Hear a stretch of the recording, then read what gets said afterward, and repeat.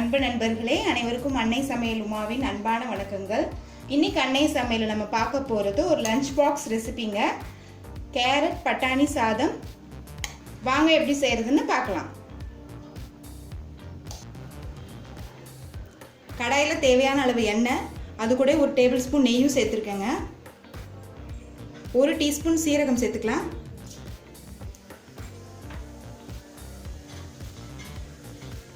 ஒரு பட்டை, ஒரு ஏலக்காய்.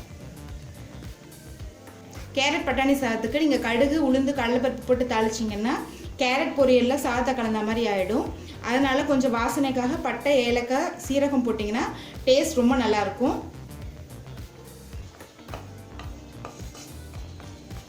அடுத்து கொஞ்சம் கருவேப்பிலை சேர்த்துக்கலாம். அடுத்தது கொஞ்சம் முந்திரி சேர்த்துக்கலாம். முந்திரி சேர்க்கறது ஆப்ஷனல் தாங்க, விருப்பப்பட்டா சேர்த்துக்கலாம், இல்லைன்னா வேண்டாம்.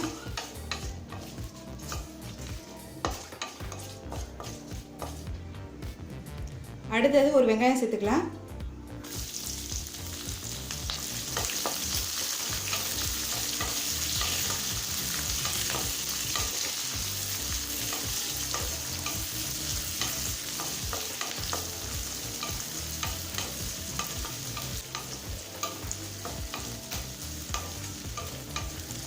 அடுத்தது 1/2 டீஸ்பூன் இஞ்சி பூண்டு விழுது சேர்த்துக்கலாம்.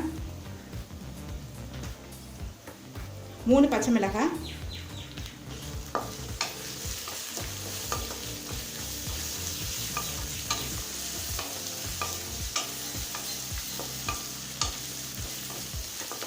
குழந்தைங்களுக்கு சமைக்கும் போது இது மாதிரி பெருசாக போட்டுருங்க. நம்ம அவங்களுக்கு பேக் பண்ணும் போது பச்சை மிளகாயை நம்ம எடுத்துகிட்டு கூட பேக் பண்ணிக்கலாம். சின்னதாக போட்டிங்கன்னா அவங்களுக்கு சாப்பிடும் போது கஷ்டமாக இருக்கும்.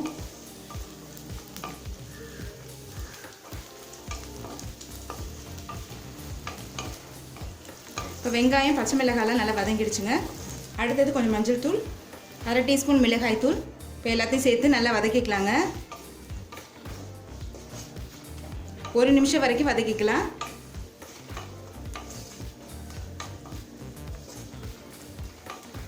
தேவையான அளவு உப்பு.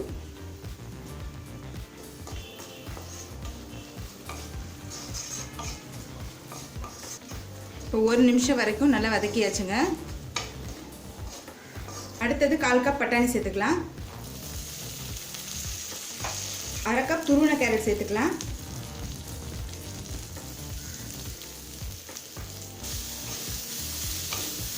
நல்லா வதக்கிக்கலாங்க.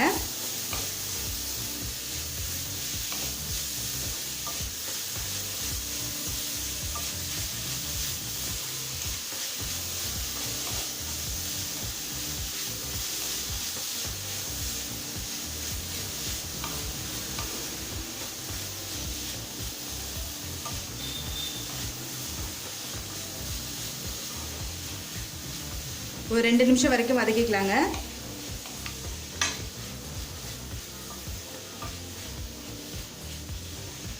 இப்போ மூடி போட்டு கேரட்டும் பட்டாணியும் நல்லா வேகிற வரைக்கும் வெயிட் பண்ணலாம்.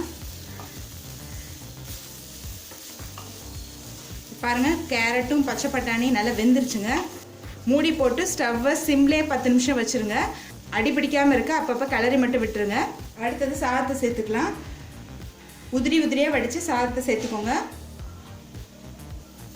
நான் பாஸ்மதி அரிசி எடுத்திருக்கேன். நீங்கள் விருப்பப்பட்டீங்கன்னா எந்த அரிசி வேணால் யூஸ் பண்ணிக்கலாம். 2 கப் சாதத்தை சேர்த்துக்கலாங்க.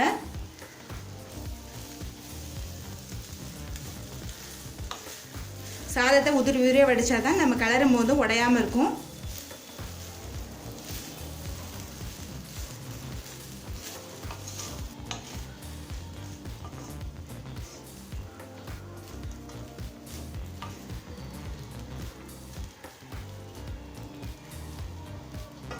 இப்போ இறக்க போகிறதுக்கு முன்னாடி 1 டேபிள் ஸ்பூன் நெய் சேர்த்துக்கலாங்க. கொஞ்சம் கொத்தமல்லி தூவிக்கலாங்க.